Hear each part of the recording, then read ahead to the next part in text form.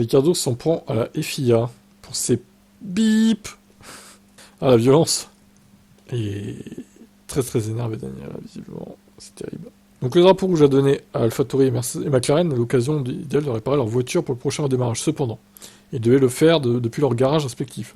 Conformément au règlement de la FIA, toutes les voitures sur lesquelles des travaux sont effectués sont obligées de partir de la voie des stands. Alors ça c'est étonnant, cette règle, je la connaissais pas honnêtement. C'est bizarre, parce qu'on a déjà vu les voitures se faire réparer sous red flag il y a quelques années, ils étaient pas obligés de réparer et de partir de la voie des stands, quoi, s'ils réparaient. Étonnant. Ainsi, Piastri et Ricciardo rejoindraient la course avec un tour de retard sur le reste du peloton.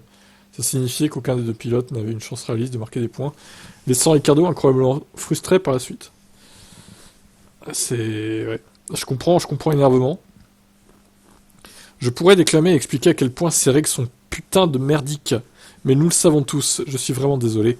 Pour vous les gars, vous avez fait un excellent travail en réparant la voiture. S'adressant aux médias après la course, Ricciardo a estimé que ça a révélé une faille dans les règles.